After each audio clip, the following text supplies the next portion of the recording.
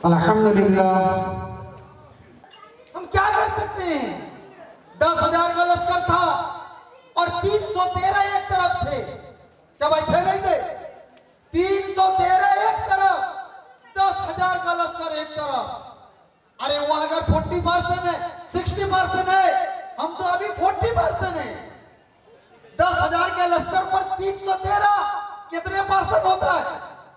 लेकिन उसके बावजूद ईमान ऐसे बना था, ईमान ऐसे बनाया था कि 10,000 का लश्कर पीठ फेर कर भागना उसे पड़ा। 313 जीत गए। मोहतरम बुजुर्गों, दोस्तों, अगर हमें मदरसों की अहमियत होती, इस जलसा की अहमियत होता, मस्जिदों की अहमियत होती, नमाजों की अहमियत होती, कुरान और हदीस से मोहब्बत होता, तो बाजारों में ना घूरते, दुकानों पे ना बैठते, मजमा में आकर बैठते। इसीलिए मुफ्ती साहब का खुलासा यह था कि हम गुनाहों से बच जाएं, दीन की तरफ आ जाए। वो तो सहाबा का जमाना था। हमारे इसी जमाना में देखो, जो लोग जनरल पढ़े लिखे हैं जानते होंगे, 1857 का जंग के आजादी का जो पहला शुरुआत दूसरा शुरुआत जंग था, हमारे अकाबरीन, हमारे उलमाए किराम 52,000 से ज्यादा फांसी के दरख्त पर फांसी पर चढ़ गए। लेकिन जितने उलमाए किराम थे, और उस वक्त आज से 100-150 साल पहले जो मुसलमान हिंदुस्तान में बसते थे, एक की आवाज पर वो मुजाहिद थे शाह अब्दुल अजीज साहब दहलवी रहमतुल्लाह अलैह। वो एक की आवाज पर हिंदुस्तान में उस वक्त जितने संख्या में मुसलमान थे, लब्बैक कर हाजिर हो गए थे। और उन मुसलमानों के कुर्बानी पर, उन मुसलमानों के जद्दोजहद पर, उन मुसलमानों के ईमान का इतना ताजगी था कि उनके मुजाहिद पर हिंदुस्तान 1947 में जाकर आजाद हुआ है। मेरे भाइयों, बुजुर्गों, दोस्तों, अगर उन लोगों ने 1 किलो खून दिया है तो हम कुंटल कुंटल खून दिएंगे। सुभान अल्लाह। मेरे भाइयों, बुजुर्गों, दोस्तों, आज भी हम मुसलमान, ये क्या करेंगे मोदी, ये क्या करेगा ये मोदी, कुछ नहीं कर सकता। आज मुसलमान अगर हम एक हो जाए, मस्जिद अल्लाह को पहचान ले, नबी को पहचान ले, मस्जिद का रुख कर ले, मदरसा का रुख कर ले, दीनी तालीम को अपने फैलाना शुरू कर दे, तो देखो फिर कौन आता। इसीलिए मैं मुअत्तबरन दरख्वास्त करूंगा, मुफ्ती साहब का जो खुलासा था कि हम ईमान वाले अपने गुनाहों से बच जाएं, हम गुनाहों से बच जाएं और दूसरों को भी बचा लें, अपने घर वालों को भी बचा लें, अपने औलादों को भी बचा लें, अपनी माँ और बहनों को भी बचा लें। आपने देखा नहीं, अभी हम अपनी माँ और बहनों को बुर्का पहनाने के लिए हमें खराब लगता है, स्कर्ट पहनाते हैं, लेकिन एक बुर्का पहनने वाली लड़की आज पूरा हिंदुस्तान नहीं, पूरा मुल्क में तहलका मचा दिया है। बचाया नहीं बचाया? हमारा शियार जो है, हमारा शियार जो है, यानी हमारे नबी सल्लल्लाहु अलैहि वसल्लम ने जो दिया है, एक पर्दा, एक बुर्का ने आज पूरा मुल्क को तहलका मचा दिया है। इसीलिए मेरे भाइयों, मेरे नौजवानों, जो अब भी उन बाजारों में, दुकानों में बैठे हैं, अगर तुम लोग के अंदर गैरत है, अगर जरा सा भी गैरत है, तो दुकानों छोड़कर अल्लाह के नबी सल्लल्लाहु अलैहि वसल्लम की महफिल में आकर बैठ जाओ। अभी मैं, मेरे भाइयों, बुजुर्गों, दोस्तों, जलसा का आगाज बहुत देर से हो चुकी है। मुकर्रीर और नात ख्वाह पढ़ते चले जा रहे हैं। इसके बाद हमारे जाने पहचाने मुकर्रीर आएंगे, इंशाअल्लाह उस वक्त हजरत का नाम भी हम ऐलान करूंगा। लेकिन अभी फिर मजमा को थोड़ा सा ताज़ा करने के लिए मैं हमारे शायर भाई हाफिज अब्दुल रहमान साहब को दावत सुखन दूंगा कि वो स्टेज पर आए और मजमा में फिर एक मरतबा नाज़े रसूल गुनगुनाकर हम सब की दिलों को जरा ताज़गी पैदा फरमा दें। अब आइए दोस्तों, चंद शेर नाते पाक का हाजिर करता हूँ। फरमाए, एक बार कह दीजिए सुभान अल्लाह, हाथों को उठाकर हाथ नहीं उठे, इतने हाथ इतने कमजोर किए इलेक्शन में बड़े बड़े हाथ उठ रहे हैं पैसे की बात के लिए। अब अल्लाह रसूल के लिए हाथ नहीं उठाए कहे और सुभान अल्लाह मसल्ला। खुदाए पाक का फरमान बात करता है, दोनों जहां का निगहबान बात करता है। खुदाए पाक का फरमान बात करता है, दोनों जहां का निगहबान बात करता है। हम मकाम देखे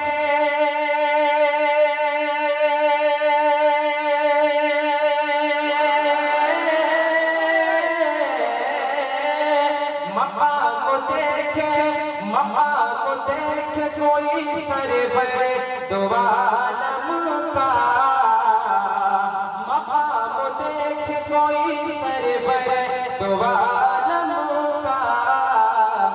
मेरे रसूल से कुरान बात करता है, मेरे रसूल से कुरान बात करता है।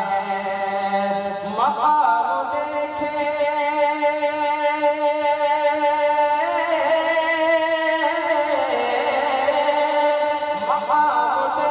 कोई सरवर दो आलम का, मेरे रसूल से कुरान बात करता है, मेरे रसूल से कुरान बात करता है।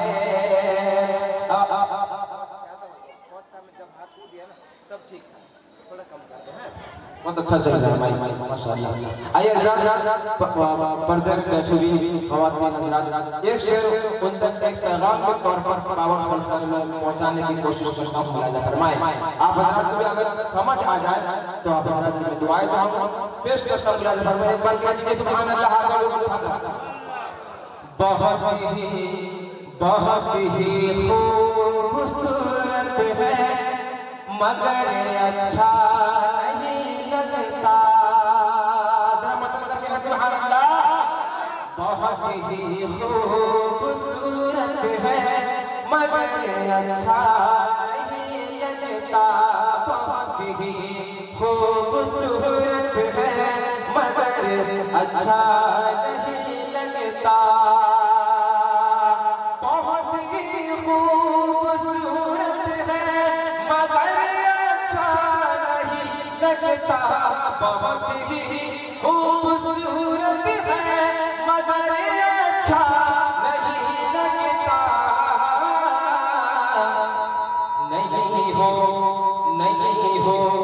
नहीं हो ओढ़नी सर पर तो सर अच्छा नहीं लगता।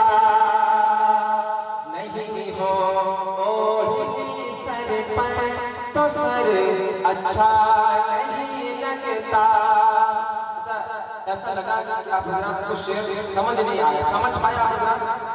समझे नहीं? मैं फिर से इसको पढ़ता हूँ इंशाअल्लाह, समझने की कोशिश कीजिएगा और जहाँ समझ आ जाए तो आप दुआ से मुझे आवाज़ दीजिएगा। बहुत ही खूबसूरत है मगर अच्छा नहीं लगता, बहुत ही खूबसूरत है मगर अच्छा नहीं लगता।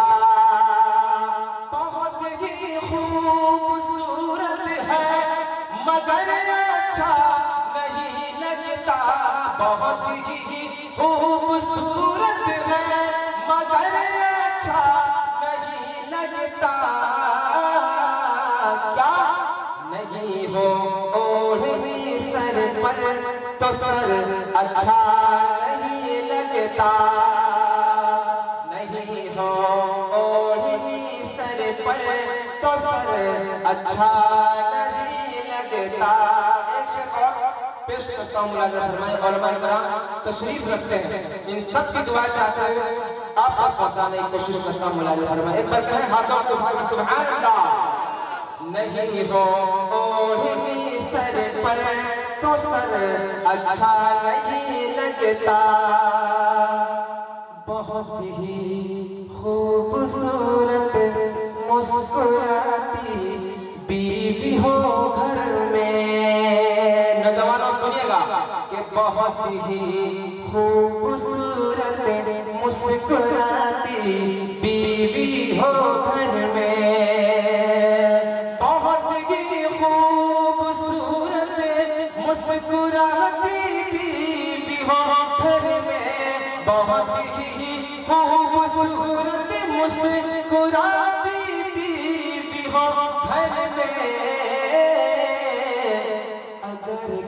में। अगर घर में नहीं हो माँ तो घर अच्छा नहीं लगता। अगर घर में नहीं है माँ तो घर अच्छा नहीं लगता। बहुत ही खूबसूरत है मगर अच्छा नहीं लगता। नहीं हो ओढ़नी सर पर तो सर अच्छा नहीं लगता।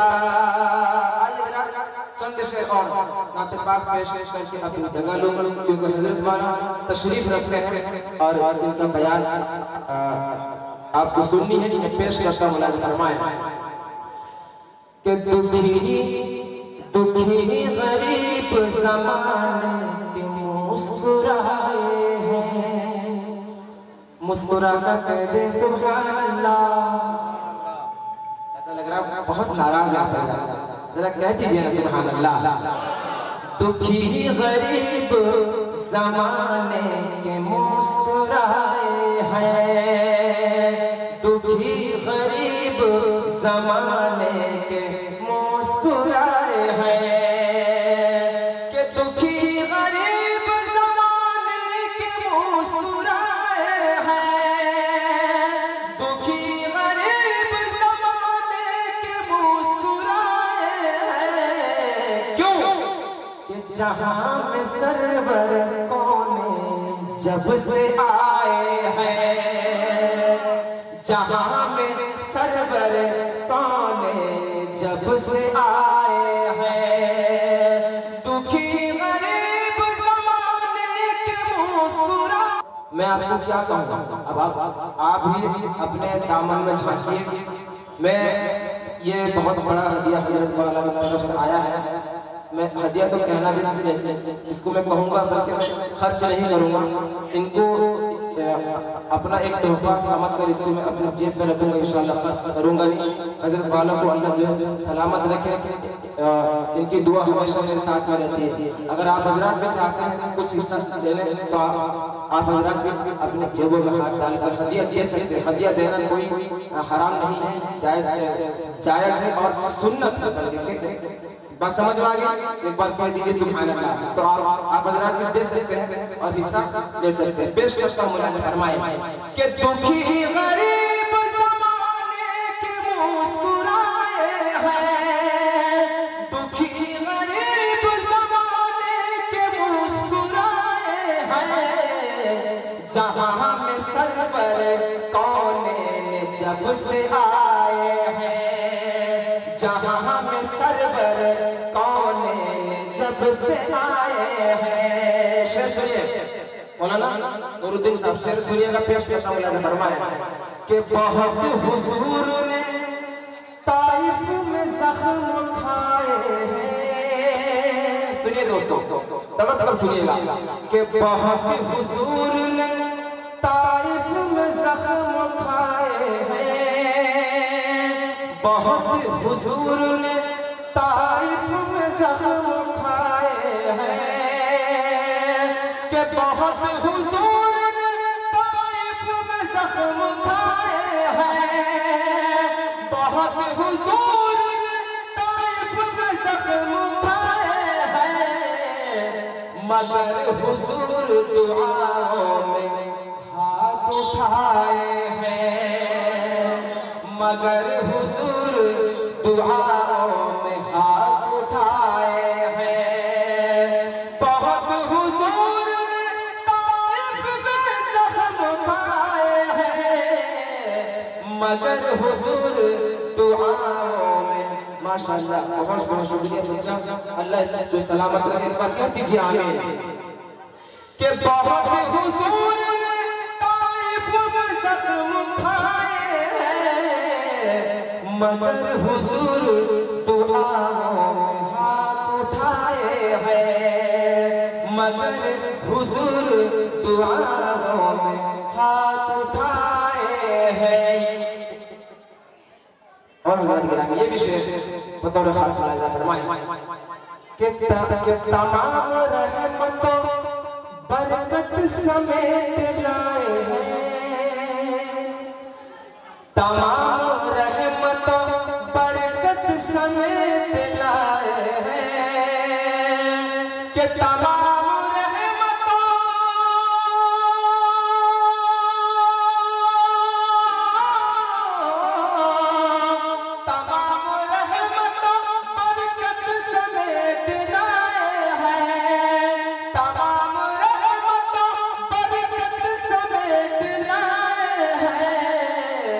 हुजूर जब से हलीमा के घर में आए हैं, हुजूर जब से हलीमा के घर में आए हैं, कि तमाम रहमतों बरकत समेट लाए हैं।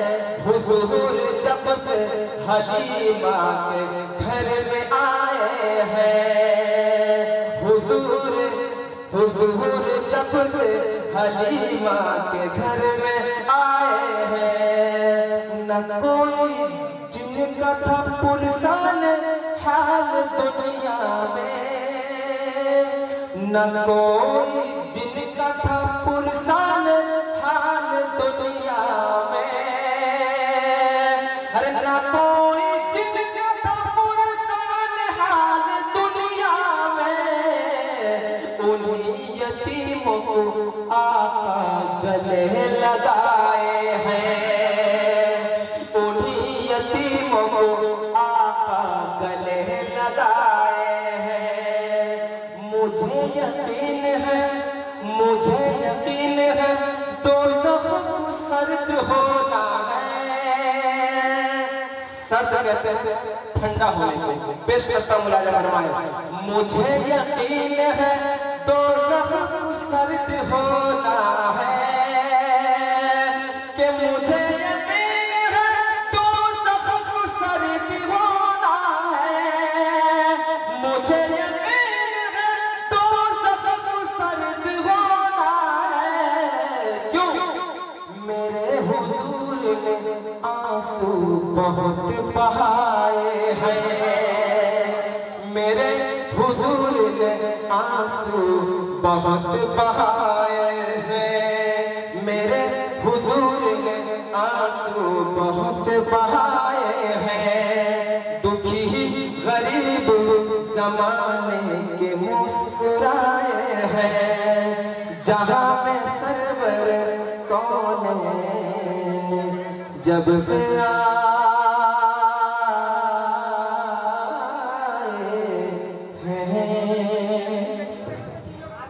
हजरत ने लब्बाइक कहते हुए तशरीफ लाए हैं और बिला ताखीर हजरत को जहमत दूंगा कि हजरत कुर्सी पर तशरीफ लाएं और अपने मवाइज़ हसाना से हम सबको मुस्तफ़िज़। फिर वहीं से वापस हो गया, बेलगा से ट्रेन पकड़ कर दूसरे दिन रात में ठहरा जालदा के बाज़ार में। अनवर भाई रहते, मैं ठहरा में बैरक का। मेरे भाइयों बुजुर्ग और दोस्तों, मैंने जलसा तो बहुत गया हूँ और आपके यहाँ भी आया हूँ। गर्चे हालात ने हमें मरोड़ा है, हालात ने हमें कुछ कमज़ोर बनाया है, लेकिन मेरे भाइयों बुजुर्ग और दोस्तों, मुसलमान तो हर हाल में भी उसके ईमान की निशानी, उसके मुसलमान होने की निशानी, मोमिन होने की निशानी, वो कभी भी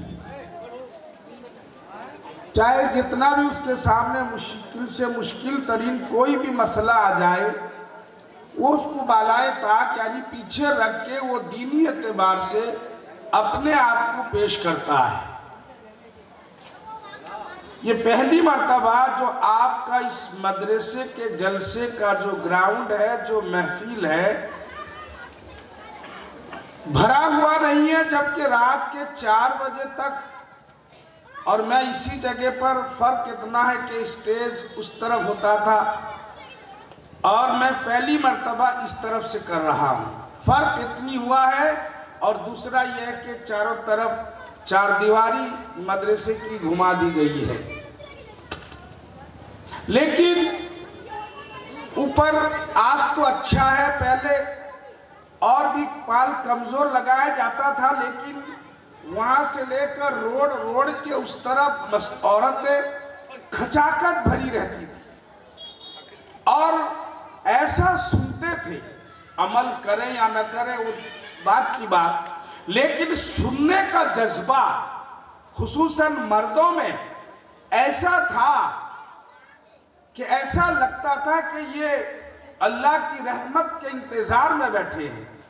लेकिन आज मैं जब से आया हूं, मैं वही बैठ के सोच रहा था कि आखिर ये 2 साल में जलसे की रुकावट से जो हालात आए, क्या इस इलाके के लोगों का जो जज्बा, जो शौक, जो लहर और जो मौज मारता हुआ ईमानी जोश, क्या ठंडा हो गया? हरगिज नहीं। यही तो मुफ्ती साहब कह रहे थे, ये सारी दुनिया की हालात जो तब्दील हुई है, इसका वाहिद और एक सबब थ्रू वजह यह है कि मुसलमान तुम इस रास्ते से हट चुके हो। यही वजह है कि आज ये मुसीबत आए दिन हम पर आ रही है, और ये मुसीबत आना कोई नई चीज नहीं। मौलाना नूरुद्दीन साहब मुख्तसर वक्त में बहुत पिछले जमाने की तरफ आपको लेके जा रहे थे, मगर एक आप हैं, आपको अगले जमाने की बात सुनने को आप तैयार नहीं। पिछला कितने लोग मरे, कहां क्या हुआ, तुम्हें क्या फर्क पड़ता है? लेकिन मेरे भाइयों, बुजुर्ग और दोस्तों, जब से दुनिया में हक आया, सही आया, उसके मुकाबले में गलत आया है। सही और गलत, हक और बातिल हमेशा ही आमना सामना होते हैं, लेकिन कुदरत का फैसला यही होता है कि गर्चे बातिल थोड़े दिन के लिए गालिब हो जाता है, छा जाता है, जीत जाता है, लेकिन हक के सामने, सही के सामने गलत कभी टिक नहीं सकता। इसलिए भाइयों, बुजुर्ग और दोस्तों, मैं आप तमाम हजरात से अर्ज करूंगा, जो हजरात जाना चाहते हैं, एक पैर में खड़े हैं कि देखें कैसा बयान होता है, बस उधर ही से बाईपास हो जाए, वो हजरात खुशी से चले जाएं, क्योंकि दीन के अंदर तो जबरदस्ती नहीं। वरना मौलाना नूरुद्दीन साहब एक प्लाटून फोर्स लगा देते, सारे बाहर में घूमने वाले को डंडा पीट के लाके अंदर बैठाते, मगर दीन में कोई जबरदस्ती नहीं है। ये जबरदस्ती है नहीं करके मुसलमान आजाद है। मुसलमान हर कानून को मानता है। क्यों? सरकार का डंडा लगेगा, पुलिस का डंडा लगेगा, नो एंट्री लिखा हो, मजा लेके अंदर चला जाए बाइक लेके, और अल्लाह रसूल नो एंट्री, इधर जाना नहीं, ये काम करना नहीं। सारे उलमा, सारे बुजुर्गान दीन, दावत और तबलीग की मुबारक मेहनत से ये आवाज लगाई जाती है कि ये काम मत करो, इस रास्ते पे मत चलो, नो एंट्री। कोई मानने को तैयार नहीं, बल्कि जमात के जमात और जबरदस्त उधरी जा रहे हैं। सबके कानून का पालन होता है, मगर रब के कानून का कोई पालन नहीं करता। इसी बुनियाद पर रब ने सबके जरिए से हमारी अच्छी और खास हमारी खबरगिरी लेने के लिए उनकी जुबान, दिलो दिमाग, उनका सोच और फिक्र हमारी मुखालिफत में रात दिन काम कर रहा है। इसलिए भाइयों, अपने आप को सुधारो, अपने आप के अंदर बेदारी पैदा करो। मुसलमान कौम की क्या हकीकत, अल्लाह अकबर, इसके दोनों हाथ में लड्डू है। जिएंगे तो अल्लाह रसूल की खुशनुदी और उनके कानून को लेकर मरेंगे तो उन्हीं की मर्जी से मरेंगे, मरकर सीधा जन्नत में जाएंगे। अल्लाह मुझे भी और आपको भी दीन की सही बातें सुनकर उस पर इखलास के साथ हयात अमल करने की तौफीक नसीब अता फरमाए। अल्हम्दुलिल्लाह अल्हम्दुलिल्लाह नहमदुहु व नस्तईनुहु व नस्तगफिरुहु व नुमिनु बिही व नतवक्कलु अलैहि व नऊदु बिल्लाहि मिन शुरूरि अनफुसिना व मिन सय्यिआति अअमालिना। मन यहदिहिल्लाहु फला मुज़िल्ल लहु व मन युज़लिल्हु फला हादिय लहु व नशहदु अन ला इलाहा इल्लल्लाहु वहदहु ला शरीका लहु व नशहदु अन्न सय्यदना व मौलाना मुहम्मदन अब्दुहु व रसूलुहु सल्लल्लाहु तआला अला खैरि खल्क़िही मुहम्मदिन व अला आलिही व अस्हाबिही व अहलि बैतिही वन्नासि अजमईन।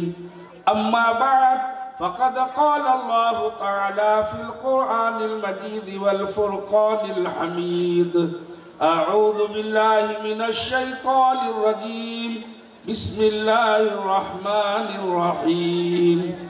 क़ुल हल यस्तविल लज़ीना यअलमून वल्लज़ीना ला यअलमून। व इज़न क़ाल अल्लाहु तआला फ़स्अलू अहलज़ ज़िक्रि इन कुन्तुम ला तअलमून। व क़ाल अन्नबी सल्लल्लाहु तआला अलैहि वसल्लम तलबुल इल्मि फ़रीज़तुन। व इज़न क़ाल अन्नबी सल्लल्लाहु तआला अलैहि वसल्लम खैरुकुम मन तअल्लमल क़ुरआन व अल्लमह।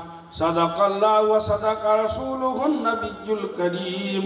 नहनु अला ज़ालिका लमिनश शाहिदीन वश्शाकिरीन वल्हम्दुलिल्लाहि रब्बिल आलमीन। अल्लाहुम्मा सल्लि अला मुहम्मदिन व अला आलि मुहम्मदिन कमा सल्लैता अला इब्राहीम व अला आलि इब्राहीम इन्नका हमीदुम मजीद। अल्लाहुम्मा बारिक अला मुहम्मदिन व अला आलि मुहम्मदिन कमा बारकता अला इब्राहीम व अला आलि इब्राहीम इन्नका हमीदुम मजीद।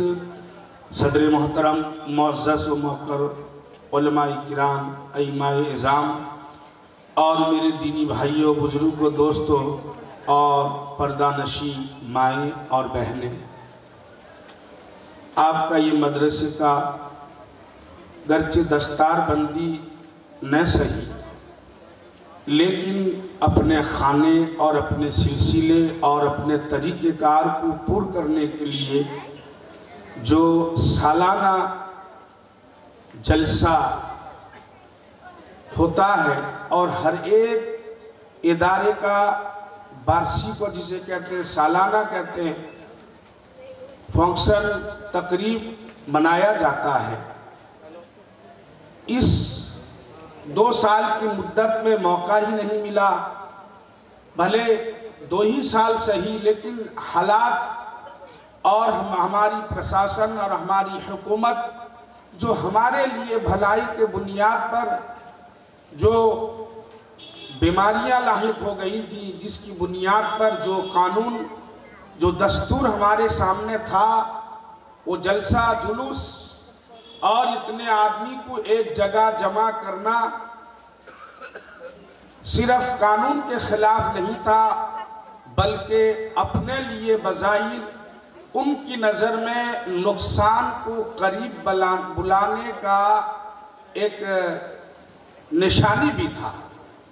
इसलिए आपके मदारिस के जिम्मेदारों ने इन 2 सालों में ये हिम्मत नहीं की और करना भी नहीं चाहिए, और पूरी दुनिया के अंदर यही हुआ। आपने देखा हुसूसन जहां बहुत नुकसान हुआ है, वहीं दीनी और दुनियावी तालीम का, हमारे बच्चों के पढ़ने और लिखने का बहुत बड़ा नुकसान हुआ है। गर्चे कुछ महीनों के बाद ऑनलाइन और दीगर रास्तों से पढ़ने का सिलसिला शुरू हुआ, लेकिन इस लाइन से पढ़ने की सबकी सलाहियत नहीं, न माल के एतबार से थी न समझ के एतबार से। छोटे छोटे बच्चे स्कूल न जाकर, मकतब और मदरसा न जाकर घूम रहे थे और मास्क एक बहाना बना हुआ था बच्चों के खेलने के तौर पर, वो मुंह पे लगा कर घूम रहे थे। लेकिन दुनिया और हम हालात से पेशे पेश थे, लेकिन अहले इल्म, हमारे अकाबिर, हमारे बुजुर्ग, हमारे बड़े, हमारे जिम्मेदार रातों को रो रहे थे, ऐ अल्लाह ये क्या हुआ? ये दीन और दीनी तालीम, लोगों की माशियत, लोगों का कारोबार, लोगों की रोजमर्रा की जो आमदनी से अपना घर चलता था, आखिर क्या हो गया? बड़ों की फिक्र, बड़ों की लगन, बड़ों की मेहनत, बड़ों की सोच और फिक्र रातों को बारगाहे खुदाबंदी में हाथ उठाकर, सजदा रेस होकर, सजदे में सर रखकर, माथा रगड़कर अल्लाह के सामने तौबा इस्तिगफार और पूरी उम्मत की तरफ से तौबा इस्तिगफार कर रहे थे। एक हम थे जो कुछ भी घर में खाने को थोड़ा बहुत मिल जाता था, काम काज कुछ नहीं था, घर में बैठे हुए थे, टाइम पास करने के लिए स्क्रीन टच मोबाइल तो आ गया था। भाइयों सोचो, स्क्रीन टच मोबाइल जब से आया तब से स्क्रीन टच बीमारी भी खुदा पैदा कर दिया। कौन सी ऐसी बीमारी थी जो छूने से हो जाता था? हाँ, मेरे आका ने बास मौके पर कोढ़ी के बीमारी के लिए, कुष्ठ रोग बीमारी के लिए और दीगर बीमारों के लिए आपने दूरी रहने का हुक्म दिया था, और आप भी दूर से मुसाफा को और उनके सलाम पर इक्तफा किया था। ये अलग बात है, ताकि तुम उससे जो है नफरत न करो और दिल के अंदर कदूरत और इनकार न पैदा हो। लेकिन मेरे दोस्तों, अगर जरूरत पड़ती थी तो मेरे आका उनको अपने हाथ से खाना भी खिला देते थे, उनकी खिदमत और सेवा भी कर लेते थे। लेकिन मेरे भाइयों, बुजुर्ग और दोस्तों, जब से कोई बीमारी ऐसी नहीं थी कि टच, ये जो इसलिए हुजूर मना नहीं करते थे कि लग जाएगा तो बीमारी हो जाएगी, ये वो नहीं था बचपन का कि काछू कुंडिया ढियार होगा। स्कूल के किताब में पढ़ाया जाता था कि ये खुजलाहट की बीमारी जो है ये एक से दूसरे को जाती है। एक सहाबी नबी करीम सल्लल्लाहु अलैहि वसल्लम के दरबार में हाजिर हुए, फरमाए या रसूल अल्लाह, मेरी उटनी को मैं दूसरे के उटनी से अलग बांधूं? कहा क्यों? कहा कि फलानी की उटनी के बदन में खुजलाहट, खारिश हो गया है, यानी खुजली हो गई है। हुजूर ने कहा अच्छा क्यों? कहा कि उससे मेरे अंदर आ जाएगी और उससे मेरे उटनी के अंदर और उटनी से मेरे अंदर आ सकती है। हुजूर ने फरमाया बता, वो उटनी को खुजली कहां से आई बीमारी? कहा कि दूसरे से। कहा कि उसको, कहा उसके दूसरे से। कहा इस तरह गए। फिर आखिर में उसने, साहबी ने कहा कि या रसूल अल्लाह, अल्लाह ने इस बीमारी को भेजा है। तो भाइयों, कोई बीमारी जो है उड़ के नहीं लगती है, कोई बीमारी छूने से किसी को हो नहीं जाती है, कोई बीमारी बीमार को देखने से हो नहीं जाती है। अगर ऐसा होता तो सारे डॉक्टर बड़े से बड़े बीमारियों को, बड़े से बड़े गंदे जगह को काट कर और उसको सही करके इंसान को सही सलामत बनाने की कोशिश न करते। लेकिन एक बीमारी आया, पूरी दुनिया ने इसको मान ली कि छूने से ये बीमारी होगा। क्यों आया? इसलिए कि मोबाइल स्क्रीन टच आ गया कि उसमें पान में चूना मारने की तरह जो ही हाथ मार दिए तो फौरन अमेरिका से लंदन नजर आया, इंडिया से जो है पाकिस्तान नजर आ गया। बुला दिए, तुम्हारी बीवी तुम्हारी बात माने या न माने, तुम्हारी औलाद तुम्हारी बात माने या न माने, मगर मोबाइल को बुला दो, फलाने का नाच, फलाने का गाना, फलाने का नाच, फलाने का नज्म, फलाने का तिलावत, फलाने का फलानी किताब चटपट आ जाएगी। घर से ये बुजुर्ग आदमी बेचारे जानते नहीं, मगर जानने वाले दिलों के अंदर मुस्कुराते हैं कि मौलाना दिल की रग हाथ रख दिए हैं, दुखती रग में हाथ रख दिए मौलाना, ठीक जानते हैं। मेरे भाइयों, अल्लाह ने कहा कि अगर तुम स्क्रीन टच मोबाइल निकालते हो, उसमें जरा हाथ मारकर यहां से वहां पहुंच जाते हो, तो ठहरो, मैं भी एक बीमारी निकालूंगा जिसका नाम तुम जो रखो, कोरोना वायरस रखो, जो रखो, छुओगे वही हुआ। बाप मरा, बेटा गुस्ल नहीं दिया, सुना नहीं आपने? अरे देखा नहीं होगा, सुना तो होगा कि मैं मर जाऊंगा। डॉक्टर ने जनाजा पढ़ने वाले, अरे अभी ऐलान होता है, इसके 2 साल पहले ऐलान होता था आपके माइक से कि बड़े गम के साथ ये ऐलान किया जाता है कि फलाने उत्तर महले के फलाने साहब का इंतकाल हो गया है, इन्ना लिल्लाहि व इन्ना इलैहि राजिऊन, लिहाजा नमाज जनाजा इस बार नमाज जोहर फलाने स्कूल पड़िए में अदा की जाएगी। तो सारा दुनिया और गली कूचों से, बस्त से, कुर्ब जवार से लोग साइकिल मोटरसाइकिल गाड़ियों में आकर जनाजे में शरीक होते थे। और मुसलमान का मुसलमान पर जहां बहुत सारा हक है, उनमें से हक यह है कि जब मुसलमान मरे तो दूसरा मुसलमान सुनकर उसके जनाजे में शरीक हो। ये मुसलमान का मुसलमान पर हक है, चाहे वो रिश्तेदार हो या न हो। लेकिन मेरे भाइयों, सारा मजमा जनाजे में आज भी पढ़ता है और आज से 2 साल भी पढ़ता था। लेकिन कोरोना वायरस के वक्त ऐलान तो होता नहीं था। अगर ऐलान हो भी जाता तो घर से हम नहीं निकलते थे, घर से हमारी बीवी रोकती थी, हमारी औलाद को हम रोकते थे कि मत जाओ मत जाओ, कोरोना लग जाएगा, छू लोगे लग जाएगा, करीब जाओगे लग जाएगा। घर में अगर कोई बीमार पड़ता तो लोग जाते नहीं, अगर किसी का पॉजिटिव निकलता तो पूरा बस्ती को सील कर दिया जाता। और मैंने भी देखा है, खुदा की कसम, बांस लगा दिया गैरों ने, रास्ता बंद कर दिया रोड में कि इस महल्ले वाले नहीं आएंगे, इसलिए कि दिल्ली गए थे, ये मरकज से अभी आए हैं, इनके साथ बीमारी टच होकर आया है, ये बीमारी निकला नहीं था। निकलने से पहले अगर निकल जाता, अल्लाह अकबर, उस पूरे इतराब को सील कर दिया जाता, उस इलाके में कोई नहीं जाता, लेन देन बंद था। वो पता नहीं भूख में मर रहे हैं, प्यासे तड़प रहे हैं, कोई उनसे लेन देन, हत्ता के सब्जी वाले से सब्जी, दुकानदार से राशन लेने के लिए तैयार नहीं थे। आखिर क्यों हुआ? इसलिए अल्लाह पाक लाया कि हमने स्क्रीन टच मोबाइल को इतना यूज किया, पैखाने में, तनाई में, बस में, ट्रेन में, हवाई जहाज में, हर जगह इस्तेमाल किया। गुनाह ही गुनाह। पहले फिल्म हॉल था, लोग जाकर गुनाह कर लिया करते थे। पहले टीवी था, सबके सामने शर्माते थे। अब मोबाइल आ गया, सबके पॉकेट में मोबाइल है, पैखाने के अंदर 2 घंटा बैठ रहा है, मोबाइल में हाथ मार रहा है, तनाई में बैठ रहा है, जहां बैठ रहा है दिल पास। अरे घर में जाता है तो न बीवी को पूछता है, न औलाद को पूछता है, लेकिन पूछता है मोबाइल है कि नहीं। अरे बाबा, मोबाइल उसकी बीवी से ही बढ़कर है। अगर वो कहीं शादी में जाए, बीवी छूट जाए, पीछे आओ, लेकिन मोबाइल तो पूरा जिगर के टुकड़े कलेजे के पास रहेगा जरूर। इतना मोबाइल के पीछे लोग धुन हो गए। तो वाहिद वजह यह है कि मुसलमान के अंदर जितने खुराफात पहले थे, इन मोबाइल और स्क्रीन टच मोबाइल के जरिए से मुसलमान का ईमान, अमल खोखला और कमजोर से कमजोर तर हो गया।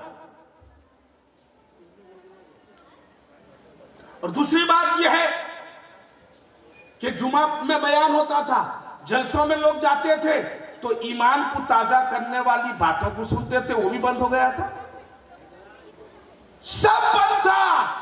लेकिन कसम खुदा की, मोबाइल बंद था, नेटवर्क बंद था, ऊपर से व्हाट्सएप बंद था, ऑनलाइन और जितना भी उस पर सब सिस्टम है उसको बंद कर दिया था। बल्कि उन 2 साल में सबसे ज्यादा गुनाह हुआ। जो कामकाज में लगने वाले दिन में 2 घंटा मोबाइल खींचते थे, वो 24 घंटा लेकर बैठे। जो बच्चे स्क्रीन टच से दूर थे, सरकार ने ऑनलाइन का रास्ता खोला, तो उनको माँ बाप ने स्क्रीन टच मोबाइल पान में चूना मारने को दिया, क्या तुम भी ऐसा करो। अब वो पढ़ेंगे क्या? 1 घंटा पढ़े, 2 घंटा पहले बच्चे ना अभी खेल देखे, गेम देखे, फिर बढ़ते बढ़ते बढ़ते आगे फिर वो मोबाइल के, अब कहते हैं अब जो मोबाइल गया ना, कहते ना अम्मा अब्बा ये मोबाइल करीब रहे, बहुत सारा इसमें चीज सीखने को मिलता है। नतीजा ये हुआ कि बच्चों की पढ़ाई बर्बाद हो गई। मदरसे की लाइन, मदरसे के बच्चे चले गए, माँ बाप ने देखा कहां से खाएंगे, 20-20 पारे के हाफिज, 18-18 पारे के हाफिज। अब उसको 20 पारा हिफ्ज करने में 4-5 साल लगा होगा कम से कम भी, कितना खर्चा हुआ रहेगा पूछो मौलाना नूरुद्दीन साहब से। हिसाब करो, दिन का 100 रुपया, 5 साल में कितना एक बच्चे के पीछे खर्चा हुआ। नतीजा ये हुआ, हालात ऐसे हुए कि हमारे मदरसे के बच्चे होटल लाइन में चले गए, खुसूसन गरीब तबका, जो मदरसा उनके बच्चों को खिला रहा था, जो मदरसा उनके बच्चों को पिला रहा था, कपड़ा दे रहा था, दवा दे रहा था, माँ बाप अपना सूखे दुखे खा के मजदूरी लग के जिंदगी गुजारते थे, लेकिन बच्चा मदरसे में सेफ था, मदरसे में आराम से था, बेचैन होकर सुकून से बेफिक्र होकर अपने घर में अपने काम में लगे थे। वो बच्चा घर में आ गया, इसलिए कि मदरसे में जब स्कूल बंद था तो मदरसे वाले मदरसा कैसे चला सकते थे, इन पर तो सख्त जो कार्रवाई की जाती, दुश्मन को मौका मिल जाता। इसलिए भाइयों मदरसा बंद था, मकतब बंद था। अब वो मदरसे के बच्चे घर में जाकर गरीब गुर्बत में क्या करेंगे, देखा माँ भूखी, बाप भूखे, बहन की शादी, अच्छा खराब दवा। अब मजबूर होकर जब दुकान, कोई किधर भागा कोई किधर भागा, और जब चले गए, कोई हैदराबाद गया, कोई बेंगलोर गया, कोई केरला गया, कोई गुजरात गया, होटल में लगा, कोई काम में लगा, कोई मिल में रहा। अब जब उसको फोन करके माँ बुलाती है, बेटा गो चले आओ, सब ठीक ठाक खुल गया भी, वो कहता नहीं गो अम्मा, हम आज नहीं पढ़ेंगे। क्यों? उसको नोट का चस्का लग गया। अब देखता है जाऊंगा तो फिर पिछला 20 पारा याद करना पड़ेगा, 15 पारा याद करना पड़ेगा। ये जो अम्मा एक तो गोटा पान दी है, बढ़िया अब्बा खरीद के दिए चूना मारने का, फेंक के मदरसे में जाना पड़ेगा, क्योंकि मदरसे का कानून है कोई स्क्रीन टच मोबाइल रख नहीं सकता। अगर जरूरत पड़े छोटा मोबाइल, वो भी जमा रहेगा, हफ्ते में एक बार सिर्फ माँ बाप से मजबूर होकर उनको बात करने के लिए अपने बड़ों से दिया जाए। फिर वो जो जींस 3 जगह चीरा, हमने बच्चे से कहा मकतब में, अब ये 3-6 जगह फटा, इसको ताली डाल सिलाई कर। कहा मौलाना ये भी एक स्टाइल है। अल्लाह, चुतड़ खुल जाए स्टाइल। मैं कहा आप थोड़े से काट दे, इंडिया गेट नजर आ जाए, फिर कोई पूछे तो कहो मौलाना ये भी एक स्टाइल है। अब कपड़ा फटता है, वो कपड़ा पूछो अपनी माओ से, बहनों से, कितने तकलीफ से कपड़े को साफ करते हैं।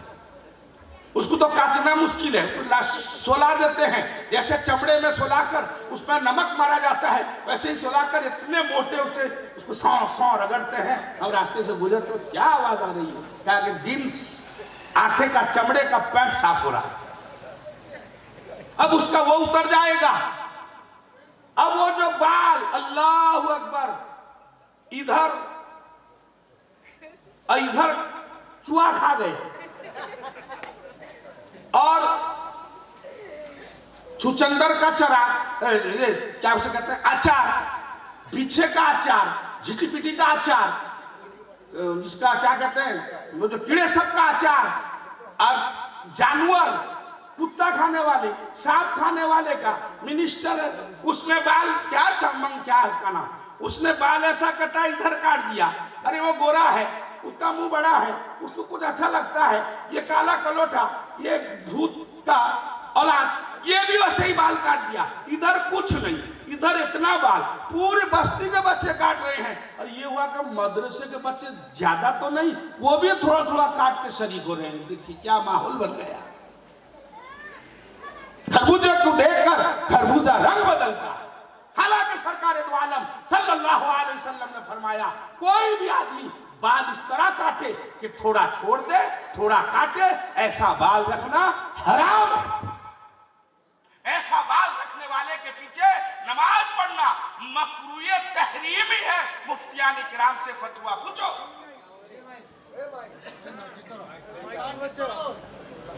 तो भाइयों, बुजुर्ग और दोस्तों, वाहिद क्या वजह है मुसलमान के अंदर? अगर आप घूम फिर के आएंगे कि मुसलमान के अंदर दीनी तालीम की बहुत कमजोरी। कोई जरूरी नहीं कि किसी का बेटा आलिम बन जाए, हाफिज बन जाए, मुफ्ती बन जाए तो बाप कुछ बन जाए, जब तक बाप उस लड़के से तालीम ले हासिल करे। बेटा बड़े से आलिम है, बेशक उसको मसला मालूम है, लेकिन बाप कैसे मसला जानेगा? क्या पढ़ा देने से? बाप उसके सामने बैठे, मसला मसाइल पूछे, जो पढ़ा था कुरान उस बच्चे के सामने, हाफिज के सामने लाए, उस मौलवी के सामने लाए, उस मुफ्ती के सामने लाए। बाबा रे, मैं पुराने जमाने में कुरान शरीफ पढ़ा था, अब मैं पढ़ता हूँ, लो मेरा तहियात सुनो, लो मेरा दरूद शरीफ सुनो, लो मेरी दुआए मासूरा सुनो, और मेरे फलाने दुआए कुनूत सुनो, और फलाना चीज सुनो, मेरा कलमा सुनो। बेटा तब तो उसके अंदर कुछ तब्दीली आएगी। फख्र से कर मेरा बेटा आलिम हाफिज है, बेशक फजीलत तुझे हासिल है, मगर इल्म के दुनिया में तू कोरा। मेरी बात थोड़ी कड़वी लगेगी जरूर, लेकिन हकीकत है। भाइयों बुजुर्ग और दोस्तों, इल्म दो तरह का होता है। एक इल्म उलूम फराइज कि जितना आदमी आदमी इतना इल्म हासिल करे, इतना मालूमात और जानकारी रखे कि कौन कौन चीज उसके मजहब में हराम है, कौन चीज हलाल है, कौन चीज फर्ज है, कौन चीज वाजिब है, कौन सा हुक्म सुन्नत है, कौन सा हुक्म मुस्तहब है। नमाज, कलमा और जो इबादत कर रहा है उस सिलसिले में मोटी मोटी मसलन वजू के फराइज सुन्नत याद न हो तो चलेगा, लेकिन वजू में कितना फर्ज है कि कौन सा काम नहीं करने से हमारा वजू नहीं तो नमाज नहीं। गुस्ल में कितना फर्ज है कि एक शादीशुदा आदमी बीवी से रात में हम बिस्तर हुआ, अब उसका जिस्म का अंग अंग रुआ नापाक, अब वो पाक कैसे होगा? गुस्ल के 3 फराइज है, फर्ज हैं, उसको वो जाने, भले सुन्नत उसे मालूम न हो। रमजान का रोजा रख रहा है, रोजे में किन किन चीजों से रोजा टूटेगा उतना मालूमात रखे, वरना रोजा रखकर भी बेरोजेदार अल्लाह के दरबार में शुमार होगा। मसला, एक आदमी भूले से पेट भर के खा लिया, कितना खाया भाइयों? उलमा से नहीं पूछता हूं, मेरी बात आप लोगों के लिए, उलमा तो सब जानते हैं। याद नहीं रोजा, पेट भर के खाया और खा के पानी भी पी लिया, पानी पी के तौलिए में हाथ भी साफ कर रहा है, याद है अरे रोजा, उसका रोजा हो जाएगा। उसका रोजा, अगर उसको रोजा याद था, खा लिया, याद नहीं था, पेट भर के खा लिया, याद पड़ा रोजा, अमल साहब लाए ठंडा और याद था, फिर ऊपर से हजम करने के लिए गले तक खाया ना, हजम करने के लिए रोजा याद था, खाया था, भूल के बाद अलग, रोजा उसका हुआ था, वो फिर जाना रोजा याद पड़ा तो अमल साहब ठंडा लेकर आए और घट घट घट घट घट घट जलजीरा मार दिया, अब रोजा कजा उठेगा। वो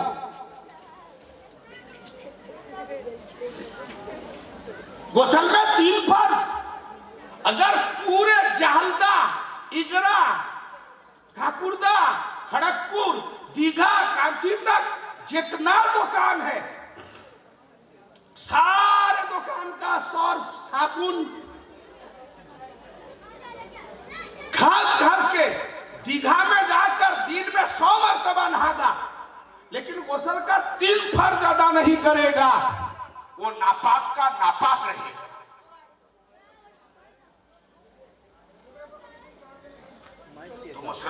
उतना इल्म जाने कि जिससे उसकी नमाज, उसका रोजा, अगर मालदार है तो माल के कितने माल में ज़कात, माल का हक क्या है, हज की ताकत रखे तो हज कब फर्ज होता है। अलगरज मोटे मोटे मसाइल का जानना हर मुसलमान मर्द औरत पर फर्ज है, कंपलसरी है।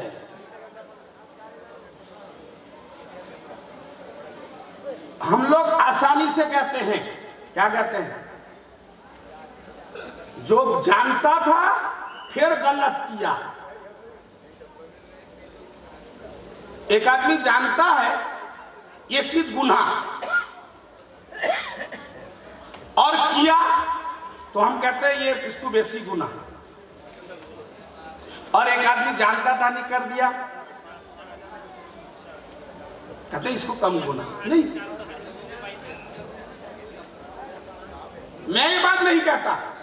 हजरत अली रज़ी अल्लाह अन्हु से पूछा गया, एक आदमी हजरत अली के पास आया। अली कौन है? बोलो बोलो, कौमौला अली, अली अली मौला अली, मुश्किल किस्सा अली। अब अली कौन? तुम्हारे क्या लगते हैं? हुजूर के क्या लगते हैं? हसन के क्या लगते हैं? हुसैन के क्या लगते हैं? बताओ। हाँ, हुजूर के चचाजाद भाई भी और दामाद भी। हसन हुसैन के, हसन हुसैन मोहसिन, हज़रत अली के, हज़रत फातिमा और अली के बत्न से 3 बेटे। कितने बेटे भाई? हसन हुसैन, हसन और हुसैन और मुहसिन। मगर मोहसिन बचपन में दुनिया से चले गए, इसलिए कोई नहीं जानता।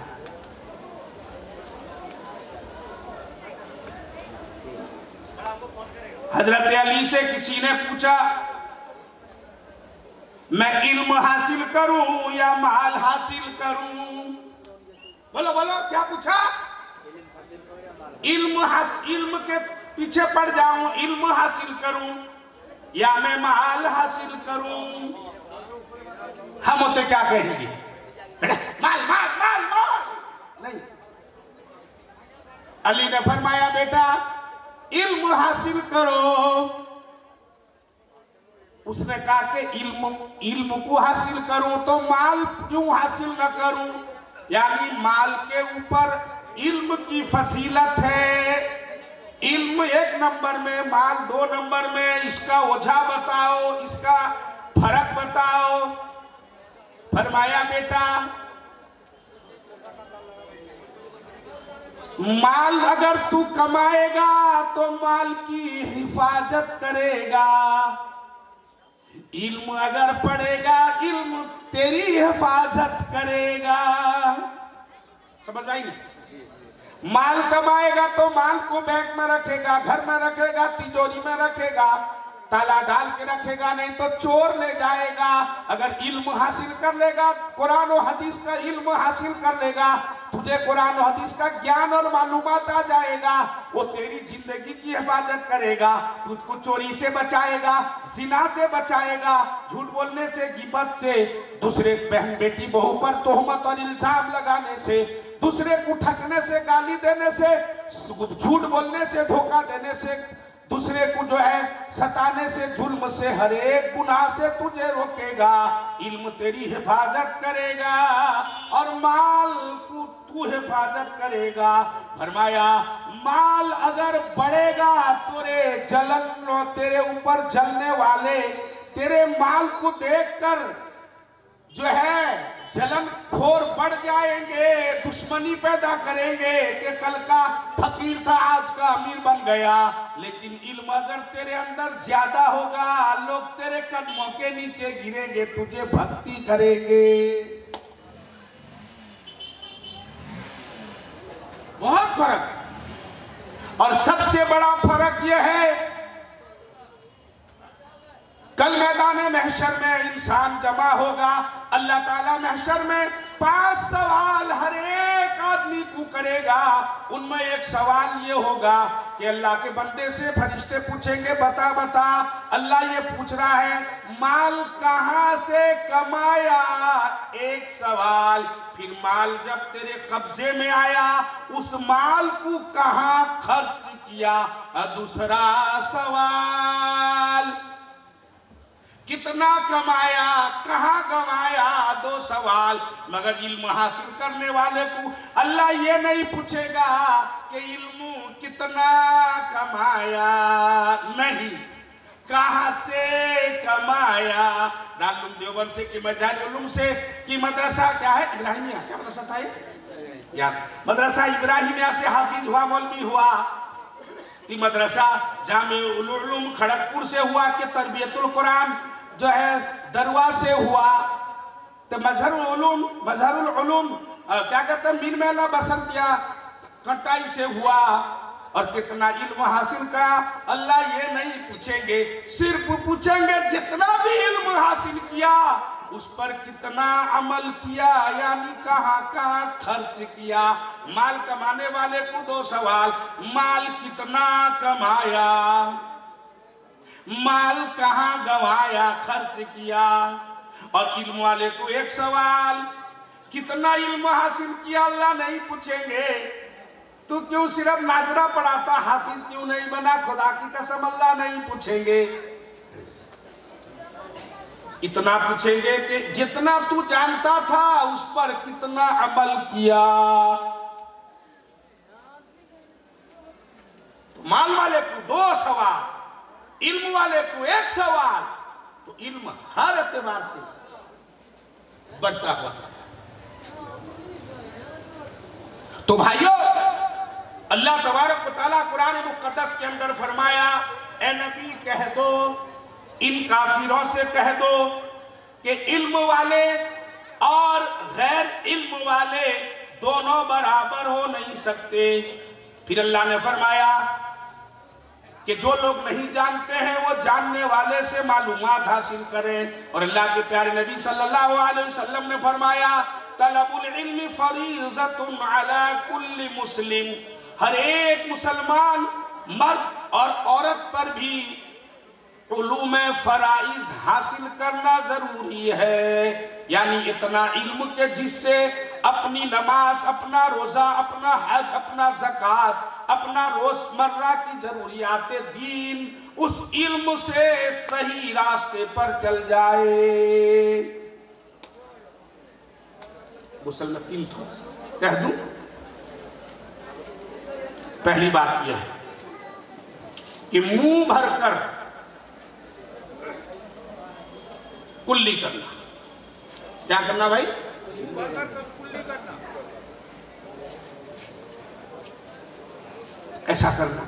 अगर रोजा में हो तो पानी भर लो, घरारा करना ताकि मुंह भर के कुल्ली हो जाए। ये पहला फर्ज गोसल में।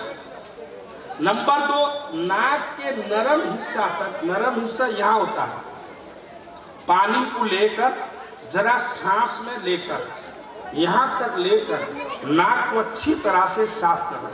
पानी कम से कम यहाँ पहुँच जाए। उसकी अलामत यह है कि नाक जरा से जलेगा।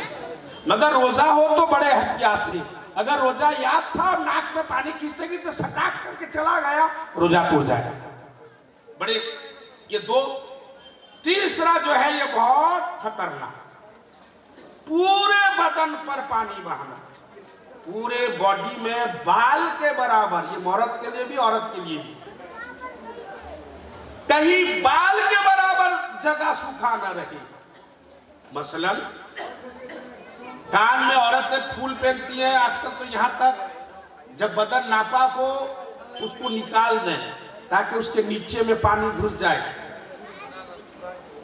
फूल पहनी है उसके नीचे, ऐसा अंगूठी मर्द भी पहनते हैं, औरत भी पहनती है, तो इसको निकाल दें, पानी यहाँ पहुंचा दें। बहुत सारा घड़ी वाटर प्रूफ आता है, उसको पहन के रहते हैं, वो चिपका रहता है, पानी पहुंचना मुश्किल, तो उसको उतार दें ताकि वहां धोई हो जाए। बदन के बहुत सारे जगह हैं पानी सरासर पहुंचते नहीं, मसलन ये हिस्सा कान का, ये हिस्सा, ये इधर और ये हिस्सा, और जो है पीछे के फटन समझ सकते हैं, और सामने के कंडिया। इसी तरीके से औरतें पैर में पहनती है ना, क्या चीज, लच्छा छल्ला पहनती है, वो नई बहू बेटी पहनती है आजकल सब पहनती है, उसको भी हिला। और मर्द हजरात जो लुंगी कस के भिड़े हैं, जरा उसको हिला के पानी पहुंचा, उन्हें नहा के उठते यहाँ सूखा गोसल हो गए। ये 3 फराइज है। इसके अलावा सुन्नत है, वजू करो नमाज की तरह, जो करना है करो, लेकिन ये 3 फराइज को कंपलसरी करोगे तो बदन पाक होगा, वरना पाक चिल्लाओगे पाक नहीं होगी। वैसे वजू में 4 फर्ज है मेरे भाइयों। पूरे चेहरे का धोना, पूरा पेशानी के बाल से लेकर इतना थोड़ी के नीचे तक पूरा धोना, कहीं एक जरा नहीं रहे। दाढ़ी घनी है तो उसके जड़ में पानी पहुंचाना, और दाढ़ी छोटी है, किसी को उठ रही है तो पूरे दाढ़ी को धो देना। दाढ़ी घनी है पूरा तो पानी लेकर इस तरह करके या इस तरह करके इस तरह जड़ में पानी पहुंचाना। औरत को सिर्फ अगर बाल खोल दे मिला दे सबसे अच्छा है। अगर उनका आजकल नहीं, पहले बुनते थे, लेकिन पानी के जड़ में, सर के जड़ में पानी पहुंचाना जरूरी था, मगर वो सर पहुंचाएंगे तो बीमार पड़ जाएंगे, अंदर पानी पकड़ के सर के अंदर पानी हो जाएगा।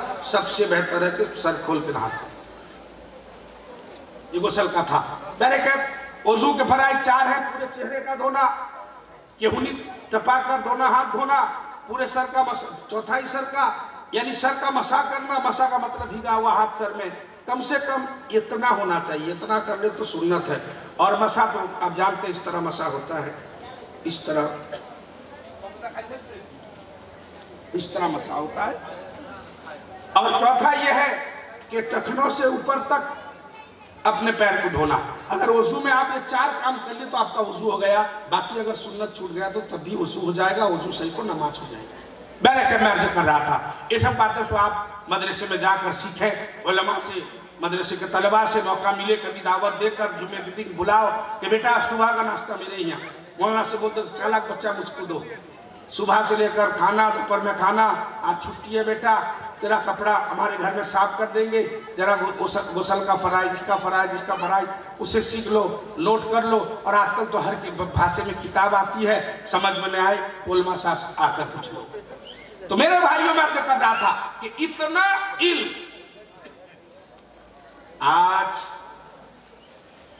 पैसा कमाने के लिए हम अपने बच्चों को, आम बच्चों को जो तो मदरसे में है, इसके अलावा हम अपने बच्चों को हैदराबाद, बेंगलोर, कर्नाटक, दुनिया के कोई भी हिस्से में भेज देते हैं। चाहे सीखे न सीखे, नहीं मेरे भाई, कम से कम उसको 5 साल मकतब का जो 2 घंटा दिन में 2.5 घंटा है, एक बच्चे को जब तक मकतब में 5 साल तक उसको नहीं पढ़ाओगे, 5 साल के अंदर अब कोर्स बन चुका है कि जब बच्चा 5 साल बस्ती का स्कूल का बच्चा मकतब में जाकर पढ़ेगा या मस्जिद में जाकर इमाम के साहब के पास रोजाना 2 घंटा पढ़ेगा, इस 2 घंटे के अंदर ऐसा तरतीब बनाया जाएगा कि 5 साल के अंदर वो अहम और जितना इल्म हासिल करना एक मुसलमान के लिए, लड़का लड़की के लिए जरूरी है, उतना इल्म वो हासिल कर लेगा इंशाअल्लाह। बताऊं मैं अजीब वाकया, अल्लाह अकबर। अब्दुर्रहमान बिन कासिम मिस्री एक शख्स थे,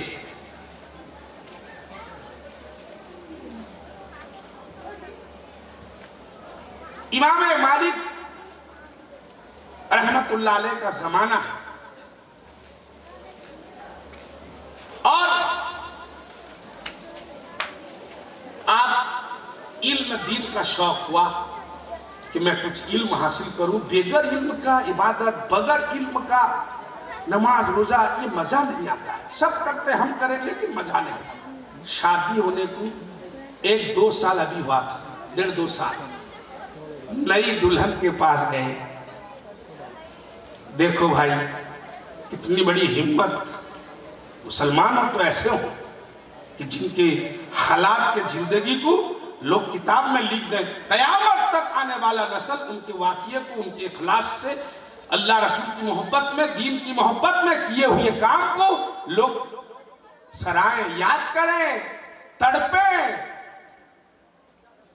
चुनांचे बीवी से कहा कि बेगम मार बहनों सुनो, इधर बाल बच्चा भी शिकम में ठहर चुका है, कितना अहम वक्त। बीवी से कहा बेगम साहिबा मैं बगदाद जाना चाहता हूं, बगदाद में इल्म का बड़ा ये हो रहा था, मुझे इजाजत दे दो।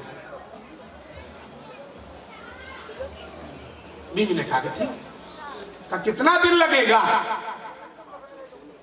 ताकि हो सकता है साल भर।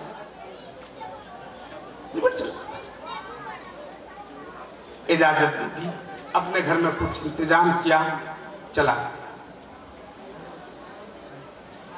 एक साल गुजरने के बाद अब उस मजलिस की जो मिठास, उस मजलिस की जो इल्म की जो प्यार, मोहब्बत, तड़प दिल में आया, घर जाने का इरादा कैंसिल कर दिया और एक खत चिट्ठी लाकर लिखा। उस जमाने में काफिला जाता था, आना जाना लोग करते, व्यापार बिजनेस करते थे, उनके हाथ में चिट्ठी दिया।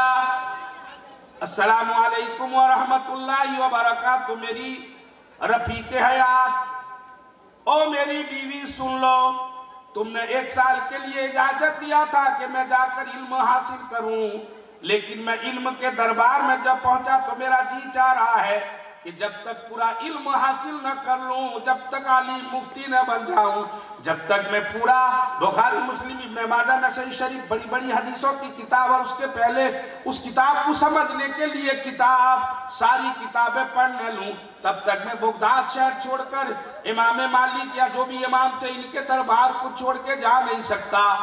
अब बात रही तुम्हारी मेरी, तो सुन लो, इतना दिन अगर इंतजार करना है तो कर सकते हो, तुमको अख्तियार, वरना अगर तुम चाहो तलाक मुझसे ले लो तो तुम मुझसे तलाक लेकर तुम अलग हो जाओ।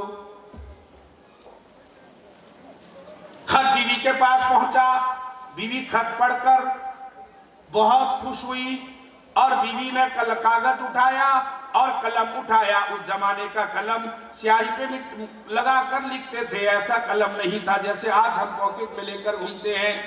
बीवी ने लिखा, आपने ये कैसे कह दिया कि मैं आपसे तलाक ले लूं?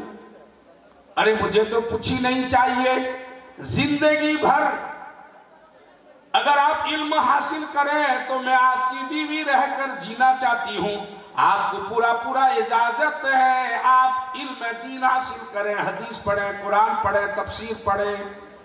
खत पहुंच गया, अब निश्चित होकर बैठ गए। बीवी ने लिखा था, मेरी फिक्र न करें, मैं अपना गुजर बसर किसी भी मेहनत से कर लूंगी, कोई परेशानी वाली बात नहीं। 1 साल नहीं, 2 साल नहीं, 4 साल नहीं, 17 साल हो गया। कितना साल हुआ भाई? 17 साल के बाद एक बार बैठ के उस्ताद के सामने हदीस पढ़ते पढ़ाते थे, मुज़ाकिरा हो रहा था। हज का जमाना था, उस जमाने में हज में चल के या घोड़े ऊंट पे जाते थे। बगदाद आ गया। अब उस 17 साल में बच्चा पैदा होकर बच्चे को 17 साल हो गया, बेटा जवान हो गया, मगर बाप को खबर नहीं। बीवी ने खत इसलिए नहीं लिखा कि मेरे शौहर का पढ़ाई डिस्टर्ब हो जाएगा। और हमारे मदरसे में बच्चे पढ़ने वाले दिन में 3 मरतबा माँ बाप बहन फूफी खाला फोन करती है, छोकरा तो कहाँ है वो, की दादी बात करेगी। ओह, आज जो बंबई गया, मद्रास गया, वो 3 महीने में एक बार बात करते हैं, कोई परवाह नहीं, तो पैसा भेजाता, काम करता। इसके डिस्टर्ब करने के लिए सारी दुनिया लगी। बीवी ने खत लिख दिया था, शौहर को इत्मीनान हो गया, 17 साल में बच्चा पैदा हुआ, माल कमाया, हज के लिए जाने लगा। माँ ने कहा, बेटा जिस रास्ते में तुम हज करने जाओगे वही रास्ते में तुम्हारे बाप का मदरसा नजर आएगा, वहां तुम्हारे बाप अब्दुल रहमान बिन कासिम मिस्री पढ़ते हैं। हज में जाओ तो वहां अपने वालिद मोहतरम से मुलाकात करके जाओ, दर्शन करके जाओ, दुआएं लेते जाओ। बेटा हज के लिए चला, अब वहां बगदाद में पहुंचा तो देखा कि मजलिस कचाकच लगी हुई है। बेटा ने खड़ा होकर जोर से आवाज लगाया कि आप लोगों में कासिम अब्दुल रहमान बिन कासिम मिस्री कौन है? अब्दुल रहमान बिन कासिम ने कहा कि भाई ठहरो, मेरा कोई नाम ले रहा है। चुनांचे इजाजत लेकर मजलिस के कोने में चले गए। लड़का नजदीक आया और आकर सलाम किया और कान में कुछ कह दिया। बाप ने बेटे को पकड़कर सारों कतार रोने लगा। इतना रुआ के आंसू नीचे बहने लगा। बेटा भी बाप को देखा नहीं था, 17 साल हो गया। बाप बेटे को देखा नहीं, बेटा बाप को देखा नहीं। ये मंजर को देखकर जितने उस्ताद शागिर्द थे, बड़े बड़े मुहद्दिस थे, बड़े बड़े मेरे दोस्तों तालिबे इल्म थे, सारे देखकर वो भी दिलों के अंदर नरम से नरम और पसीजने लगे। ये कौन सा मंजर है, ये कौन सा मुलाकात है? अरे लैला मजनू का मुलाकात भी इनके सामने बेकार हो जाए। उन्होंने कहा कि वो अब्दुल रहमान ये कौन है? फरमाया मेरा लख्त जिगर, मेरा नूरे नजर, ये मेरा दिल का टुकड़ा है। फिर सारा वाकया सुनाया सारे लोगों को। सो लोगों ने अब्दुल रहमान बिन कासिम को अश और मुबारकबादियां देने लगे। वाह रे वाह, इल्म तो हम भी हासिल किए मगर ऐसा नहीं जैसा तूने हासिल किया। आज तो अब्दुल रहमान बिन कासिम अपने वक्त के अच्छे आलिम और अच्छे मुफ्ती, अच्छे हदीस पढ़ाने वाले बन गए। ऐसी कुर्बानी हमने कभी जिंदगी में दी नहीं भाई। कुछ करने से होता है। हम तो ये समझते हैं कि पहले दुनिया मिल जाए बाद में आखिरत बनाएंगे। नहीं भाइयों, ये अल्लाह का उसूल नहीं है, अल्लाह का कायदा नहीं है, अल्लाह का कानून नहीं है, बल्कि पहले आखिरत को बनाओ, दुनिया ऑटोमेटिक तुम्हारी बन जाएगी। आखिरत का फिक्र करो, आखिरत के लिए फिक्र होना चाहिए, आखिरत के लिए तड़प होना चाहिए भाइयों, बुजुर्ग और दोस्तों। इल्म की अहमियत हमारे दिलों से उठ गई। मदारिस और मकातिब को हमने समझा ये धंधा और चंदे का धंधा खोले हुए हैं। खुदा की कसम मेरे भाइयों बुजुर्ग और दोस्तों, ये मदारिस दीनिया लावारिस नहीं है। ये आपका मदरसा इब्राहिमिया का नसब जानो किसे कहते हैं? मैं मोहम्मद तजम्मुल हुसैन फलाने का बेटा, वो फलाने का बेटा, वो फलाने का बेटा, वो फलाने का बेटा। ये नसबनामा होता है, शजरा होता है खानदान का। जिसका नसबनामा नहीं होता उसके नसब में कमजोरी की बुनियाद पर वो कमजोर समझा जाता है, उस पर फतवाबाजी होती है, उस पर लफ्ज कुशाई होती है। लेकिन जिसका नसब हसब सही हो वो किल ठोक कर कहता है मैं फलाने खानदान का हूं। जैसे रसूल पाक सल्लल्लाहु अलैहि वसल्लम ने फरमाया, तिब्बे थानी रहमतुल्लाह लिखा है तिब्बुन नशर में कि फरमाया कि मैं सारे मखलूक में अफजल इंसान हूं। फिर इंसान में अल्लाह ने मुझे नबूवत और हजरत इस्माइल, इब्राहिम और इस्माइल के खानदान में, फिर उसके बाद अल्लाह पाक ने मुझे चुना और उसके बाद मुझे सबसे ऊंचे खानदान में पैदा किया, यानी कुरैश में। फिर कुरैश में कई खानदान हैं, उसमें से हाशमी मैं उसमें पैदा हुआ। और मैं फख्र के साथ कहता हूं, मेरा ननिहाल हो या मेरा ददिहाल हो, मेरी माँ की माँ, मेरी नानी और मेरी दादी, दादी की माँ, सिलसिला और मेरा बाप, बाप का बाप, बाप का बाप और मेरा नाना, नाना के बाप का बाप, यानी ननिहाल और ददिहाल का रिश्ता बुत पूजा से पाक, शिर्क से पाक, जिना से पाक, बेहयाई से पाक, बेपर्दगी से पाक, फख्र के साथ कहते हैं। क्यों? आपका नसबनामा ठोस था। ये मदरसा भी हम कहते हैं, चाहे मदरसा इब्राहिमिया हो, चाहे जामिउल उलूम हो, चाहे दुनिया का छोटा बड़ा कोई मदरसा हो, इसका नसब है, इसका नसब यहाँ से चलता हुआ, अगर ये मदरसा खुला है तो यहाँ के पढ़ने वाले आपके इलाके में कहीं पढ़े होंगे, फिर वहां के पढ़ाने वाले दारुल से, फिर दारुल के पढ़ने वाले कहीं और से, इस तरह होता हुए मदीना पाक, और मदीना पाक में रसूल पाक सल्लल्लाहु अलैहि वसल्लम के जमाने में जो मदरसा था, जो सहाबा किराम पढ़ते थे, जिस जगह पढ़ते थे, उसको असहाबे सुफ़ा कहा जाता है, सुफ़ा चबूतरा कहा जाता है। रसूल पाक सल्लल्लाहु अलैहि वसल्लम के जमाने में वहां बैठकर जो हजरात इल्म हासिल करते थे, भूखे प्यासे रहते थे, कभी 60, कभी 70, कभी 80, कभी 90, बढ़ता घटता रहता था। भाइयों, बुजुर्ग और दोस्तों, वो हजरात मदरसे के तालिब इल्म थे। इसका सिलसिला कसम खुदा की रसूलुल्लाह के मदरसा असहाबे सुफ़ा तक इसका नसब लगा हुआ है। ये बेनसब का नहीं है। इसको जुबान होती तो ललकार कर कहता कि मैं कौन हूं, तुम मुझे जानते नहीं हो, मेरा नसब में फख्र करता हूं। स्कूल का नसब गलत हो सकता है, कॉलेज का नसब गलत हो सकता है, लेकिन मदारिस दुनिया का नसब असहाबे सुफ़ा और नबी करीम सल्लल्लाहु अलैहि वसल्लम के मदरसे से जाकर मिलता है। इसलिए भाइयों, आज दुनिया के अंदर मुसलमान बर्बाद है। वही वजह यह है कि मुसलमान को जितना इल्म सीखना था उमूमी तौर पर, उतना मुसलमान इल्म जानता। जौन जैसा लिख दिया, जौन जैसा कह दिया, जौन जैसा मोबाइल में लिख दिया कह दिया, उस पर दीवाना हो गया। नहीं, दुनिया की हर चीज को लाकर तुम उसके माहिर से परखते हो। देखो ये गाड़ी लूंगा, किसी मैकेनिक को बुला के दिखाते हो कि गाड़ी का इंजन सही है कि नहीं। घड़ी लेने से पहले घड़ी के दुकान वाले को दिखाते हो कि घड़ी सही है कि नहीं।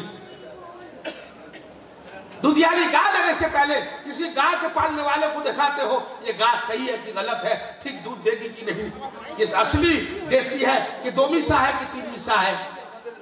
दीन का कोई बात मोबाइल से सुनो, किताबों से पढ़ो, कोई लिख दिया, कोई बोल दिया, तो पहले अपने उलमा जिन पर आपको भरोसा है, एतमाद है, उनके पास लाके जरा उसका जांच कराओ, क्या यही बात है? तब जाकर मेरे भाइयों आगे कदम बढ़ाओ। तो आज मुसलमानों के अंदर सबसे बड़ी कमी खामी यह है कि मुसलमान जाहिल है। जाहिल माने उलूम फराइज। मैंने कहा था कि सारे मस्जिद में बैठने वाले सब मौलवी पढ़े, नहीं, ये तो किस्मत की बात है। हाफिज बने नहीं, लेकिन कुरान सब सही करे, कुरान सब सही करे। जैसे आसमान से उतरा था, जिस अल्फाज को जैसा अदा करना है, जहां जितना टालना है, जहां जितना मिलाकर पढ़ना है, जिसका जो मखरज यानी हुरूफ के निकलने का, उसके आवाज आने का जो सिलसिला है, उसका मखरज वहीं से उसी हुरूफ को निकालो। शीन में, सा में, सोद में फर्क करो, हा में, हा में फर्क करो, वरना नमाज के अंदर कुरान तिलावत के माना बदल जाएगा। बात मर्तबा कुरान पढ़ने वाला अल्लाह को गूंगा कह रहा है, अल्लाह को गाली भी दे रहा है, अल्लाह को बहरा कह रहा है, अल्लाह को झूठा भी कह रहा है, वो नहीं जानता, मगर उसका पढ़ना ऐसा हो रहा है। इसलिए भाइयों, उलूम फराइज के लिए अपने बच्चों को पाबंदी से 2 घंटे के लिए मकतब में भेजो। अगर मदरसे में मकतब नहीं है तो फिर आपके इमाम जो मस्जिद में हैं उनको तनख्वाह देते हो, उनकी तनख्वाह में और 2-4 हज़ार रुपया बढ़ाकर, या फिर मकतब के बच्चों का फीस 100-200 करके मकतब में या मदरसे में पढ़ाओ और दौड़-दौड़ी रखो और उनको कहो कि पीने में सुबह से लेकर 2 घंटा यहाँ पर बच्चों को तालीम दे,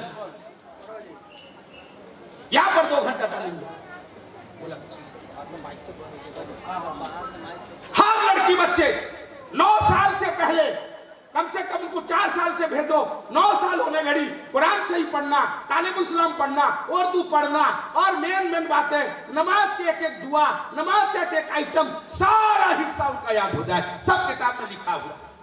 जब एक बच्चा 5 साल पढ़ेगा, वो जानेगा अल्लाह का हक क्या है, अल्लाह किसे कहते हैं, रसूल किसे कहते हैं, नबी किसे कहते हैं, वली किसे कहते हैं, माँ का हक क्या, बाप का हक क्या, भाई का हक क्या। कसम खुदा की दीनी तालीम के रिसाले के अंदर और दीगर किताबें जो कोर्स में पढ़ाया जाएगा, इसके अंदर ये बातें सब लिखी हुई कर दिया। मदरसा सब मजबूत, लेकिन मकतब मजबूत करने के लिए आपकी मकतब कमेटी बस्ती में बने। 5-6 आदमी जो दौड़ धपड़न हर बच्चे ने आए, उनसे मौलवी खबर करें, वो भाई से कहें कि वो चचा के पोती नहीं आई है, वो जाके बच्चों को भेज मंगाए, खुद जाकर कह क्यों गई नहीं। आप मदद करें, बच्चों को लाएं, 2 घंटे की तालीम पढ़े। 5 साल तक इनकी जिम्मेदारी है। दारुल की तरफ से हुक्म है कि हर बच्चा 5 साल, 6 साल चलो कोई बात नहीं, और पढ़ना चाहे तो पढ़े, जहां तक पढ़े स्कूल में, जब तक बाहर नहीं गया है, मैट्रिक तक यहाँ आता रहे, पढ़ता रहे, लेकिन बच्चियों को कम से कम 9 साल तक फारिग कर देना चाहिए। बड़ी बच्चियों को, बड़ी बच्ची मदरसा में है। ये सिलसिला इस वक्त पूरी, जितना जरूरत पहले मदरसे का था, मकतब का था, भाई कान खोल के सुन लो, ये जलसे का हासिल, इतना देर बकबक होने का, चिल्लाने का हासिल मेरे भाइयों असल काम। पहले मदरसे का जितना जरूरत था, मेरी बात समझ में आ गई?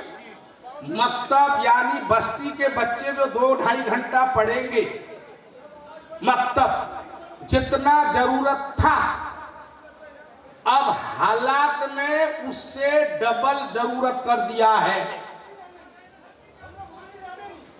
अब मकतब बढ़ाओ और मकतब बढ़ाओ और मकतब बढ़ाओ, उसको मजबूत करो मेरे भाइयों बुजुर्गों दोस्तों, वरना हमारे बच्चे दीन से दूर हो जाए।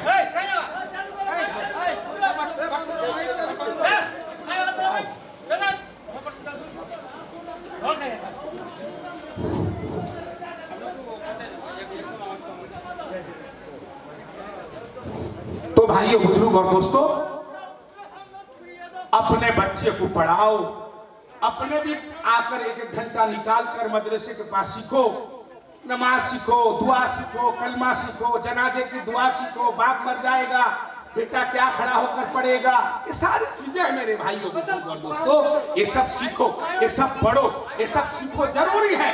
मुसलमान इल्म सीखे, जरूरत है, इस बात की जरूरत है कि मुसलमान दीनी तालीम बच्चों को सिखाए और खुद सीखे। कोई शर्म की बात नहीं, कोई हया की बात नहीं, कोई परेशानी वाली बात नहीं है।